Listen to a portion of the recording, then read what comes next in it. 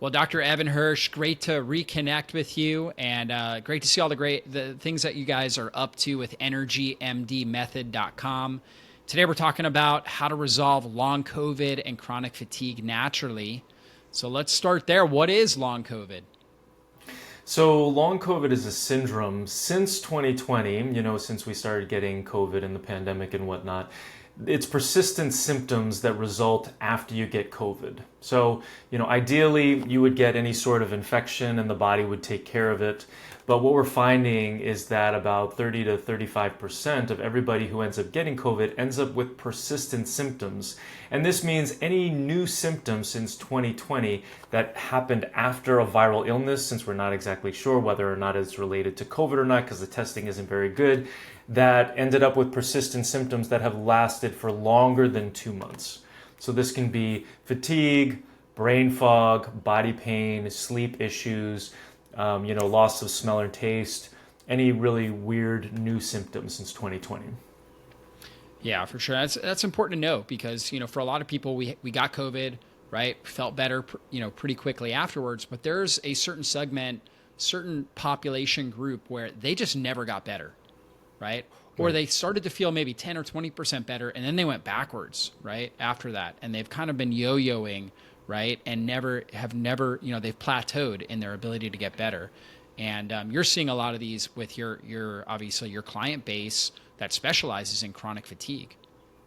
Exactly. And I feel like we're uniquely positioned for this because all the causes of chronic fatigue, which are the toxic five that we can kind of get into today, heavy metals, chemicals, molds, infections, and nervous system dysfunction, all of those are the same for long COVID. And the reason why some people end up getting it and other people don't is because the stage has kind of already been set with a lot of these toxins, infections, and nervous system dysfunction. Yeah, important to know. And what are the main signs and symptoms that somebody has long COVID? So the biggest one is fatigue. The next one is going to be the body pain, the brain fog, the sleep issues, the loss of smell and taste. Those are going to be 95% about what people experience. But for some people, sometimes they get heart palpitations.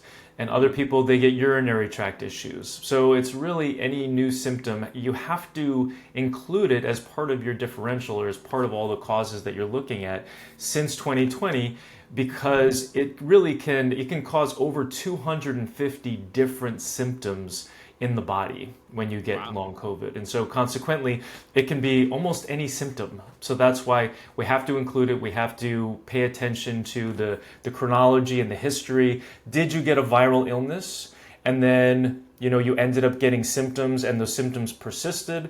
Or as you mentioned, sometimes people get better and they're fine for a bit and they go back to working out or training for a marathon or something like doing some vigorous exercise, and then all of a sudden they're down and out. We're seeing way too many young people having heart issues. Our one of our newest clients is actually a college track star who can't run anymore because he got long COVID. So, and oftentimes it happens when you feel like you're over COVID and then you go back and you exercise vigorously and it crashes your mitochondria and consequently it's hard to get back there without going through this whole process of healing. Yeah, and what have you found is what percentage of the population has long COVID? So according to the CDC, they say 20 to 25%. There's research to Really? show somewhere between 30 and 40% of everybody. At this point, everybody pretty much has had COVID, whether they know it or not. And so it's about 35 to 40% in my experience. I mean, I've got a bit of a skewed Yeah. population, but in terms of the studies that I've looked at, it's somewhere between 20 and 40%. Ah, that's a really high percentage. Yeah. That's a lot of people are dealing with this. And you can have like before COVID came around, there was post-viral syndrome where people would have the flu and they Exactly. just wouldn't really get better and they oftentimes ended up, coming to see you. So it's not like a new thing other than the fact that COVID was really the most potent coronavirus that we had seen. Outside of that, the flu is pretty bad too, and people can develop the post-viral syndrome from that. Absolutely. And that's oftentimes a major cause of chronic fatigue syndrome. And so the difference really is just that we have this new spike protein, but long COVID could Yeah. be classified as chronic fatigue syndrome without a doubt. Yeah, for sure. And now you mentioned mitochondrial issues, right? Can you play into that? What happens to the mitochondria when we encounter some sort of a potent virus, right? And what happens to the mitochondria in somebody that adapts to it, right? That basically, overcomes it, and somebody who gets stuck in kind of a post-viral syndrome. Yeah, so for people who aren't familiar, the mitochondria makes about 70 to 90% of our energy, produces ATP, body's main energy source. And it also helps hormones get reabsorbed, get absorbed into the cells. It helps to modulate the immune system. And so it plays a really big role in our energy. Now, what happens is that the mitochondria can get damaged in the context or when there's toxins and infections in the body. And so they'll end up damaging the mitochondria, and then you're not producing the energy that you need to. The other thing is that infections can take over the DNA of the mitochondria. So a lot of people know that there's DNA in the cell in the nucleus, but not a lot of people also know that there's actually DNA in the mitochondria, which is really even more important and plays roles in cancer and other things. And so if the infection is able to come in and take over the DNA of the mitochondria, then when you're trying to kick on your mitochondria and make more energy, you're actually just replicating that infection.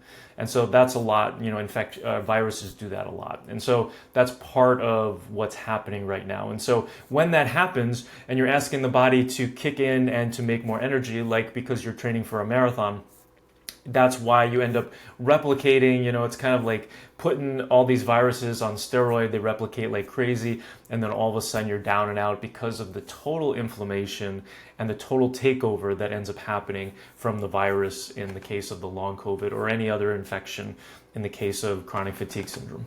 Yeah, and the mitochondria also have a sensory function too, where they're sensing that the viral load or the pathogen load is high, and so they go into danger response, right? So they either have peacetime physiology or a wartime physiology. Peacetime, they're producing lots of energy, lower levels of oxidative stress. Wartime physiology, they're producing very little energy, lots of oxidative stress to protect themselves, almost like a shield that they're putting up. And therefore, we feel it. Like we can, feel great one day, wake up the next morning or even in the middle of the night and just feel absolutely awful, right? And it's like we'll notice sometimes 70, 80% drop, in energy within an hour or two, right? And that's that cell danger response triggering in, and obviously viral replication is a big factor with that. Yeah, I think that's a really important part. I'm glad you brought that up, is that the body is always trying to heal itself. And oftentimes, if it's inundated with all of these infections, and the mitochondria does not want to kick on because it's concerned about this replication and what's going to happen, it's going to go to sleep. And then you're not going to produce your energy. And so we have to remember that, and we have to respect it, and we have to listen to our bodies, because part of the process is the body is saying you need to rest, and we're not going to produce the mitochondria. And so that, we take people through a 4-step process in order to be able to remove these infections and toxins off of the mitochondria, out of the mitochondria, decreasing the stress on the mitochondria, so that we can kind of free it up. It can come back online and start producing the energy that you need it to. Yeah, let's talk about that 4-step process. Break that down for us. Cool. So the first step is to figure out what causes individuals have. And so big picture, whenever I'm looking at causes, I'm looking at deficiencies and toxicities. Those are the two categories. So deficiencies are things that are not in the body that are supposed to be there. These are hormones and vitamins and minerals and lifestyle habits and mindset. Those are all deficiencies. And then the toxicities are like the toxic 5 that I mentioned: heavy metals, chemicals, molds, infections, and nervous system dysfunction. And so that's what we're assessing initially, to figure out, okay, what are the causes that this individual has? And we always address the toxic 5 in everybody that we work on, because that's what I found is the fastest way to get people better. The question is just, which of the deficiencies do they have that we need to address as well? So that's what we figure out in step 1. In step 2, we replace the deficiencies And you may say, but Evan, you just said that this process is all about the toxic 5, and it's true, and we do that in step 4, but we have to set the stage for success. So by replacing the deficiencies that an individual has, it makes them more resilient, it decreases stress, it oftentimes increases their energy just a little bit and allows them to be more successful through the rest of the process. And then in step 3, we're opening up the detox or the drainage pathways, the liver, the kidney, the lymph, the neurolymph that's in the brain, the gallbladder, the intestines. These are all pathways. These are all the ways that we get toxins out of the body. So we kind of have to open them up. It's like, it is your drainage system. It is your pipes, essentially. You know, if you've got a clogged pipe in your kitchen, right, nothing's flowing down there. You have to make sure that it's patent, that it's open. And then we get into step 4, and that's where we're removing the toxic 5. I'll say them again just because they're that important. Heavy metals, chemicals, molds, infections, and nervous system dysfunction. And what I've found is that if you're not addressing all of those, you may get success, but you're not going to get all the way. You're not going to get to the finish line. Yeah, for sure. Is there a particular order when it comes to those toxic 5? Is there a particular order that you found to be more successful, or do you just go, in a sense, whichever is making the biggest impact? Yes, and both of those. So there is a particular order. So we do want to free up, in order to get rid of infections, you have to have a somewhat intact immune system. And the immune system is going to be very distracted by molds, heavy metals, and chemicals. So we do start to go after those first, and we have coverage for all of those. And we essentially go after all of them at the same time, but we start off by adding things for those first so that the immune system can get freed up to help us get rid of the infections. But we'll do molds, heavy metals, chemicals, and then start going after all of the infections, whether they're viruses, bacteria, yeast, Lyme, spirochetes, parasites. And the nervous system retraining is happening throughout the program from the beginning. Okay, so you're targeting the molds, heavy metals, and environmental chemicals first. And then as you start to reduce those, then you're going ahead and targeting different pathogens. Correct. And part of this is because, I said about freeing up the immune system. The other thing is that all of these toxins and infections are all bound up together in a toxic matrix. And so consequently, as you start to remove one of them, so as we start to remove mold, it's going to release infections and heavy metals and chemicals, right? And as we start to pull out heavy metals, it's going to release the other ones. So we want to make sure that we have coverage for all of these while somebody's going through the process, so that as you release a toxin or an infection, they can be addressed adequately. That's good. So the 4-step process, correct me where I get it off, but first you're identifying deficient toxicities and deficiencies. Mm-hmm. Number 2 is you're addressing deficiencies, right? So you mentioned nutrient deficiencies, of course, mineral deficiencies, hormones, right? Those being kind of the main ones. And then number 3 was opening up the drainage pathways. So I would imagine that's making sure people are peeing and pooping their way to good health, making sure that lymphatic system in their brain is flushing metabolites from the brain, neurotoxic metabolites, and then making sure, basically everything's moving through the body. We call it like a river rather than being stagnant like a pond, right? Amen. And then that sets the stage for detoxification, getting rid of heavy metals. You mentioned the top 5: molds, environmental chemicals, pathogens, and what was the last one? So infections. Nervous system dysfunction. Nervous system dysfunction, exactly. Yep. And so how big a role do you find that nervous system dysfunction? Would that include things like poor vagal tone, hyperactive limbic system? Is that what you're talking about there? Absolutely. So we've included it as part of our program just in the last 6 months, just because it's been that important. Sometimes we tell people to go ahead and do a standalone program, Gupta, Primal Trust, DNRS, one of those. But it's oftentimes when they join our program, it's hard for them to do 2 programs at once. Yeah. So we've included kind of like a basic and a more advanced version in our own program. But it's essential. I find that people get better faster when they're doing it. For some people, it's 90% of their issue, and for other people, it's 10% of their issue. So it's never 100%, but it can always make a really significant difference in people's lives. And you don't know it's working until it's working. So it's kind of like you do it for 3 months, and you may not notice anything, but then when you get to 6 months, all of a sudden, the lights come on, and in context with all these other things that we're doing, it fits so well. And we're just seeing people, I had to embrace it and had to understand it and had to do a deep dive in it in order to be able to understand it fully and realize its potential. And it's really essential. I tell people that you have to do it in order to be able to get better in our program. Yeah. So the people that really need that nervous system reconditioning, right? Nervous system regulation would be people that have undergone some sort of trauma, maybe early childhood trauma, or trauma obviously later in life as well. So it could be the kind of traumas that sometimes, people think, sexual abuse, different things like that. But also it even could be like a health issue that has traumatized them. I know, like, for example, with my wife, we found, so she was having chronic sinusitis, chronic sinus infections, and they got so bad to where her eardrum actually burst one time. And then she would get real hyper, just anytime she felt like any sort of sinus issue, she would get really worried and scared, and she would get antibiotics right away. And we found that actually she had 4 cavitations where her wisdom teeth were taken out. One of them was actually budding right up into her jaw. So we got all of that fixed, and she hasn't had a sinus infection since. But with that said, I remember thinking, like, she is so scared that her eardrum is going to burst again, right? And now we've addressed it, and even after addressing it, it was like she would feel a little bit of sinus pressure, and for maybe the first 6 months, she wasn't sure that we had addressed the root cause. And I felt like her stress would make her immune system function obviously not as effectively, and drive more inflammation and actually progress any kind of issues. And this is the kind of thing, like, sometimes people have had a good childhood, but they may have had some sort of issue with maybe COVID or the flu or, a sinus infection that creates this sort of panic response, this hyperactive limbic system. Are you seeing that as well?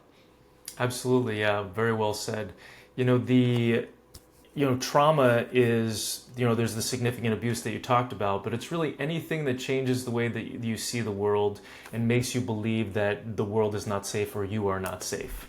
And so it can really be anything. For me, I had a quote unquote happy childhood, but you have to remember that when you are a child, you are being raised by imperfect parents, you're surrounded by imperfect siblings and imperfect peers, and they're all trying to get their needs met. And so oftentimes you cannot get your needs met. And if you feel unsafe at any point during that, and you've told your nervous system that that's the case, that will end up changing the way that your nervous system develops and your immune system functions and everything. So I also had rejection of a peer group, which happened a couple of times in my life. That changed the way that I looked at the world. Obviously, medical school and residency, incredibly challenging, changes Traumatic. the way, like I went into residency and I was like, the human body is amazing, and I'm just a vehicle, and they taught me that I can kill people and that I need to be afraid of that every single moment of every single day, right? And so it really changed the way that I thought about myself and my safety in the world.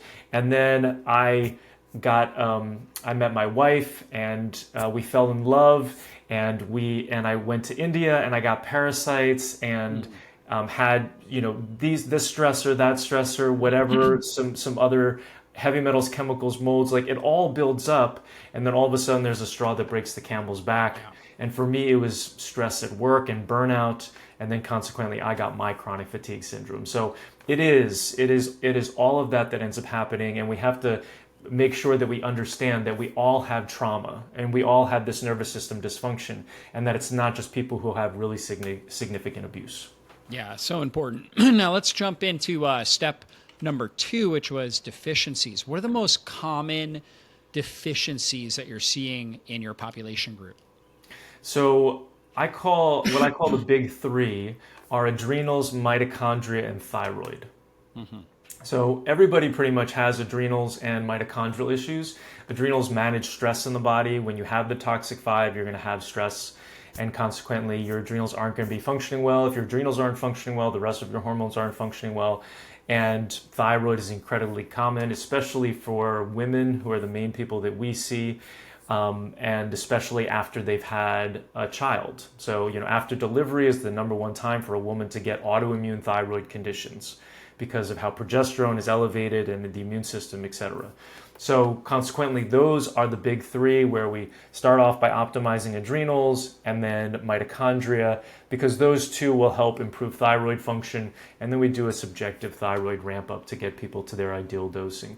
Now, we try not to spend too much time in step 2, because this process is all about step 4, and you can get stuck in trying to finagle your hormones, your sex hormones, your vitamins, your minerals, whatever, for extended periods of time. But we try to get through it in about a month and a half so that people can continue moving forward. Other deficiencies we see: vitamin D is very common, vitamin B12 is very common, magnesium is very common, involved in over 500 different reactions, and really important as part of a detox process. And also we use it to help people get regular and make sure that they're not having constipation, and so that when they get into step 3, they can really get rid of those toxins out of the stool best they can. Yeah, for sure. And so we're hitting the deficiencies there. Now we're moving into drainage. What are you doing to help with opening up all the drainage pathways? So there are a number of manual therapies that we'll recommend that people do. There's some tapping on different lymph points that you can do throughout the body. There's drinking 3 liters of water a day. There's, getting your what I call your Goldilocks dose of movement. And so that basically means trying to move as much as you can without feeling worse. So any sort of movement that you can get is going to be helpful for moving the lymph and opening up these pathways. And then we're using a lot of herbs, in order to be able to open up the liver and the kidney and the lymph and the neurolymph and the gallbladder and the intestines. We're using some minerals, like I said, the magnesium, to help with that as well. But that's mainly what we're using in order to be able to What do you open up find to those be some pathways. of the what do you find to be some of the most helpful herbs? So there's milk thistle. I really like smilax or sarsaparilla. There's berber. There's panella. There's parsley. So panella is like more for herbs. Berber and milk thistle and smilax are more for like liver and for blood cleansing. There's, let's see, N-acetylcysteine can be incredibly helpful. Um, then that's not an herb, that's a nutraceutical. But there's a number. I'm trying to think of what else we're using in the process. There's dandelion, which can be really helpful for lymph as well. And then we also like to use products that are energetically imprinted and energetically tested to make sure that they're going to be helpful for the most amount of people. And in general, for step 3 and step 4, we're using tinctures so that we can ramp up 1 drop at a time. And I don't prescribe anymore. And so everything that we're using is all natural and herbal vitamins, minerals. Yeah, for sure. And then what do you find to be the best products for detoxification, for mold, heavy metals, things like that?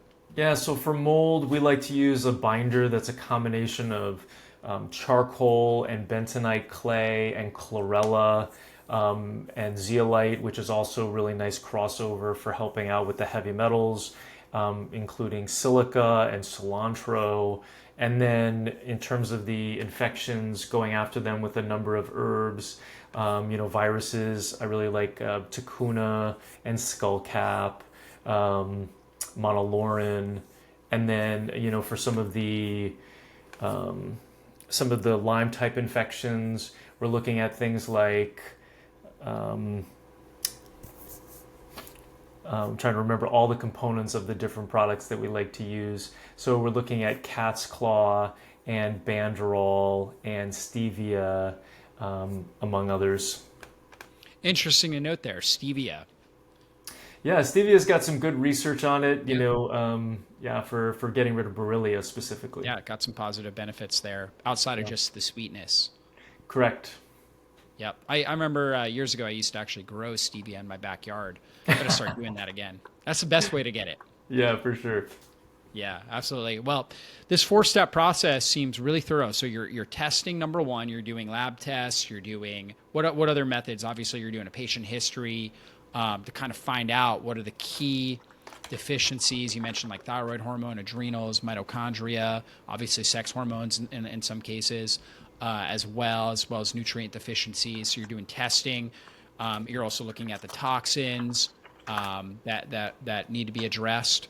and then addressing those deficiencies, addressing the drainage pathways, so making sure everything is flowing in the body, and then going after and getting those toxins, right? And binding and pulling those things out of the body. And how long typically is your program? What kind of results are you guys seeing? Well, let me just comment on something you said. So, about 90% of the causes that we're looking at are can be determined by people's symptoms. So we don't do a lot of laboratory testing so much anymore, just because with my population of people with long COVID and chronic fatigue syndrome, I've never met anybody who has addressed all of the toxic 5 and hasn't gotten significantly or completely better. So we address the toxic 5 in everybody. So we don't even test for heavy metals, chemicals, molds, infections, and you can't really test for nervous system dysfunction. But we don't really test for those anymore. I'll test for B12, vitamin D, thyroid. Those are the main things, because we're addressing already adrenals and mitochondria. The sex hormones we can really tell based on symptoms. The lifestyle habits all need to be updated and remedied, and the mindset component, which is part of the nervous system retraining anyway. So a lot of people are surprised when I say, yeah, we don't really test so much anymore. I would say the two most important tests that we do, one is to make sure that somebody's not living in a mold environment. So we would like the EMA test to look at molds and mycotoxins in somebody's home. And then the other one that you alluded to previously with your wife is a cone beam CT scan of the mouth, to look and see whether somebody has hidden cavitations. Because those are the two situations in which I found that I can't help somebody, is if they are living in a moldy environment and it's not being remedied, or we're not getting them out, and if they have hidden cavitations, hidden infections in their jaw. So really important. Those are the two main tests. But besides, The interesting thing about the cone beam is, because this is what happened to us, and I've heard other people have this happen too, is we have great biological dentists out here. In fact, one of my friends, great dentist, biological dentist, but great at taking mercury out, right? All of those types of things, fluoride free, but doesn't really know how to read a cone beam x-ray, has not been trained to do that, to look for hidden infection. And so he thought things were clear. We had another biological dentist look at her cone beam. She said everything was good, right? But she kept having the symptoms. So we finally sent them out to Dr. Stuart Nunnally, who's basically like the world-renowned expert in this. And he's out in Austin, Texas. And he said there's at least 3 infections in there, probably 4, but I won't know till I open it up. So we went out to near Austin, Texas, Sugar Land, I can't remember exactly, Sugar Loaf or something like that, in Austin, Texas. And he went ahead, he did the procedure on her, right? And this is a little over a year ago. And she's been great ever since, right? And so you might get that x-ray done, but you also need it read by somebody that's an expert in this. Yeah, that's a really good point. We have a practitioner up here in the Tacoma area, just south of Seattle, who also does muscle testing along with it. But yeah, it's you raise a really good point. You've got to get it read by the right person. Yeah, so important. Yeah, and that's a really good caveat that you said, that if you're living in a moldy home, or if you have these hidden infections, you can try to do all of the things that we've talked about. You can take the magnesium supplementation, try to optimize your vitamin D. You're going to plateau. You might notice a little bit of improvements. I mean, a little bit's better than nothing, but you're not going to really resolve these issues. And so that's why that is so important to be able to understand and address. And if you're somebody that has been plateauing, those are definitely things you need to be looking at, right? And obviously working with, the Energy Method MD right here, him and his team can really help you with that and kind of figure out what's going on there.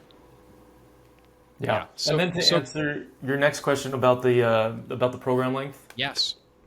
So we start everybody off with a 6-month program. What we really found that success comes from is providing a personalized plan to everybody when they first come in, and then and we give them a plan for what we assume they're going to be doing over the next 12 months. And then we provide them with really excellent support along the way, and a great community of people who are going through the same process, where I guarantee a response to any question that somebody has in 2 business days. So I answer questions Mondays, Wednesdays, and Fridays in order to be able to guarantee this, in order to provide this guarantee. And so that's really what I have found to be most successful. Make sure you're addressing every single one of the causes that you have. Make sure you've got really great support. And so, we start everybody off with a 6-month program, but I tell people that the magic really happens around month 9 when you've removed a significant amount of the toxic 5 out of your body and out of your life. But, that it takes at least 12 months to get better. And at 12 months, people might be 60% or 100% better. We don't know. It really just depends on how much of the toxins they have in their bodies and how long it takes in order to get them out. Yeah, so key to know. Absolutely. Well, guys, you can check out Dr. Hirsch's information at EnergyMDmethod.com. Yep. EnergyMDmethod.com is the place to go. If you guys know anybody that's dealing with long COVID, chronic fatigue, fibromyalgia, he's a world-renowned expert in this, and him and his team are helping people all around the world. So definitely check out EnergyMDmethod.com. And any last words of inspiration for us here? I think the biggest thing that people can do right now is to work on their mindset. You will get better. You just really have to believe it, and you have to follow through. You have to follow a path. You have to hire a guide, whether it's me or somebody else, whoever you resonate with. You have to take that next step. It's just going to be the fastest way to get better. But living in gratitude, having a vision for what your life is going to look like when you're better, looking at any sort of limiting beliefs you have and flipping them into empowering beliefs or affirmations, telling yourself that you're safe every single day. I still tell myself I'm safe, I'm loved, I'm enough every single day. And then asking yourself empowering questions. Don't ask yourself, why is this happening to me? That's not really going to serve you. Ask yourself, how can I love myself more today? Or what is the next step that I need to take on my healing journey? Right? And then just being open to receiving and then taking that next step. And don't stop until you hit the finish line. Yeah, love that. Well, thanks again, Dr. Evan Hirsch, guys. Again, check him out, EnergyMDmethod.com. See you all in a future interview. Be blessed, everybody.